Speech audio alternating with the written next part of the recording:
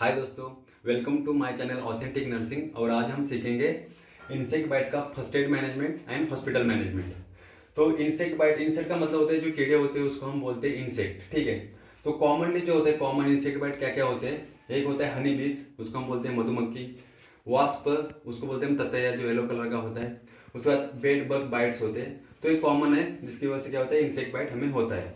और भी बहुत सारे इंसेक्ट होते हैं जो इसका हमें नाम भी पता नहीं है, तो उनसे भी हमें क्या होता है इंसेक्ट बाइट हो जाता है।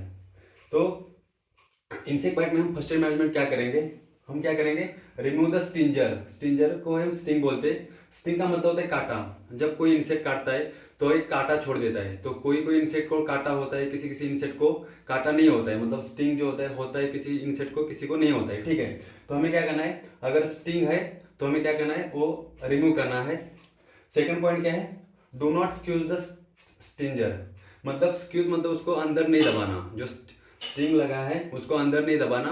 हमें फोर्सेप्स से निकालना है या नकुन है तो नकुन से भी निकाल सकते हैं, ठीक है, लेकिन उसको अंदर नहीं दबाना। थर्ड पॉइंट क्या है, wash the bite with soap and water. हम देखो कोई भी बाइट होता है, जैसे डॉग बाइट होता है, स्नेक बाइट होता है, कोई भी बाइट होता है, हम क्या करते हैं, सोप एंड वाटर से इसको धोते हैं। क्यों धोते हैं, क्योंकि उससे क्या होता है, एक तो जैसे डॉग बाइट में क्या होता है, सलावा होता है तो सलावा निकल जाता है, उसमें मतलब इन्फेक्शन के चांसेस कम हो जाते हैं। वैसे भी इसमें भी क्या करना है, हमें जो बाइट होता है उसको भी धोना है। धोने से क्या होगा, जो इन्फेक्शन होने के चांसेस जो होते हैं वो कम हो जाते हैं, रिड्यूस हो जाते हैं, ठीक है। तो कोई भी बाइट में हमें क्या करना है, सोप एंड वाटर से क्या करना है, धोना है। फोर्थ क्या है, अप्लाई द आइस पैक या कोल्ड पैक। कोई भी आप अप्लाई कर सकते हैं, तो क्या होगा, स्वेलिंग जो होता है वो रिड्यूस हो जाता है, ठीक है। फिफ्थ पॉइंट है चेक वाइटल साइंस। हमें वाइटल साइन चेक करना है, टेम्परेचर चेक करना है, पल्स चेक करना है, रेस्पिरेशन चेक करना है, बीपी चेक करना है, SpO2 चेक करना है। अगर SpO2 डाउन है तो हमें ऑक्सीजन देना है। अगर बीपी अगर लो है तो हमें क्या करना है, IV फ्लूइड देना है, नॉर्मल सलाइन देना है, अगर बीपी ज़्यादा लो हो गया तो, ठीक है। Check for danger any sign of allergic reaction. देखो हमें चेक करना है कि पेशेंट को एलर्जिक रिएक्शन तो नहीं हो रहा है। जब तक एलर्जिक रिएक्शन नहीं हो रहा है तब तक पेशेंट को मतलब नॉर्मल कंडीशन है। जब इंसेक्ट बाइट काटने से किसी को एलर्जिक रिएक्शन होता है तो क्या होता है, सीरियस कंडीशन हो जाता है। तो हमें क्या करना है, एलर्जिक रिएक्शन का साइन चेक करना है। तो हमें क्या करेंगे, साइन चेक, जैसे कि मतलब रेडनेस हो जाएगा पेशेंट को, पूरा स्वेलिंग हो जाएगा, मतलब रेडनेस हो जाएगा, प्लस क्या होगा, दाने दाने निकल जाएंगे बॉडी के ऊपर, खुजली हो जाएगा, ठीक है। तो ये साइन है एलर्जिक रिएक्शन के। तो हमें क्या करना है, जब पेशेंट को एलर्जिक रिएक्शन होता है इंसेक्ट बाइट में, तो हम क्या करेंगे, इंजेक्शन अविल देंगे। अविल का ये, अविल जो है ब्रांड नेम है, उसको जो केमिकल नेम है उसका फेनिरामाइन है। वो 1 ml इक्वल टू 22.75 mg आता है। तो 2 ml का एम्पुल आता है। तो पेशेंट को हम इंट्रामस्क्यूलर या IV दे सकते हैं पेशेंट को। तो हमें 2 ml देना है। तो 1 ml इक्वल टू कितना होता है, 22.75 mg होता है। अगर IV देना है तो IV बहुत स्लोली देना होता है इंजेक्शन अविल। उसके बाद give injection hydrocortisone 100 mg IV।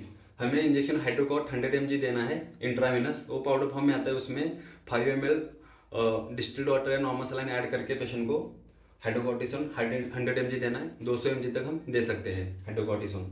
उसके बाद if severe allergic reaction give injection adrenaline, उसको हम इपिनेफ्राइन भी बोलते हैं।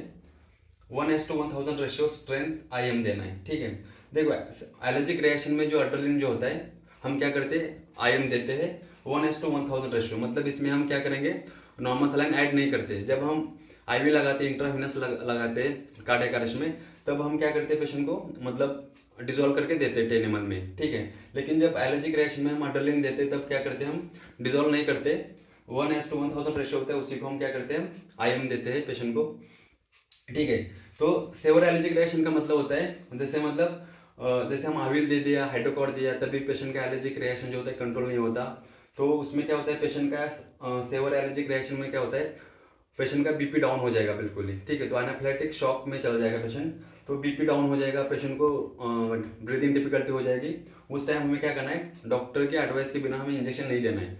डॉक्टर साहब के एडवाइस के थ्रू ही हम सब इंजेक्शन देना है। इंजेक्शन अविल हो गया, हाइड्रोकॉर्टिसोन हो गया, इंजेक्शन अड्रेनालिन हो गया, डॉक्टर साहब के एडवाइस के बाद ही हमें देना है इंजेक्शन, ठीक है।